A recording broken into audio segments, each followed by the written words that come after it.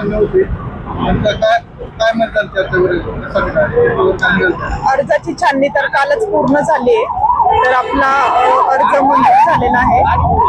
त्यामुळे राष्ट्रवादी काँग्रेस पक्षाची मी अधिकृत उमेदवार आहे.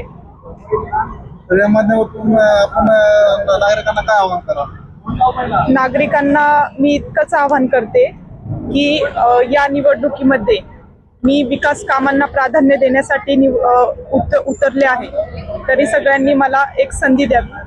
संधी आपण कोणते कामाला प्राधान्य द्यायला प्रभागात? सर्वात प्रथम ज्या नागरिकांच्या मूलभूत समस्या आहे, ज्याचा नागरिकांना दैनंदिन जीवनात त्रास होत आहे, तर सर्वात प्रथम ज्या मूलभूत समस्या त्या सोडवण्यासाठी प्रयत्न करेल, प्राधान्य देईल आणि त्यानंतर जे व्हिजन आम्ही ठरवले आहे त्याप्रमाणे पुढे काम करणार आहे. तुमच्या विरोध पार्टीमध्ये या आधी उपभोगलेलं आहे, त्यांनी काय कामं केलेली आहेत असं काय वाटतं तुम्हाला? काय आता हे तर सर्व जनता पाहतीये, त्यामुळं मला वाटतंय मी बोलणं योग्य नाही, कारण जनताच आज बोलत आहेत काय झालंय काय नाही, कोण आलंय.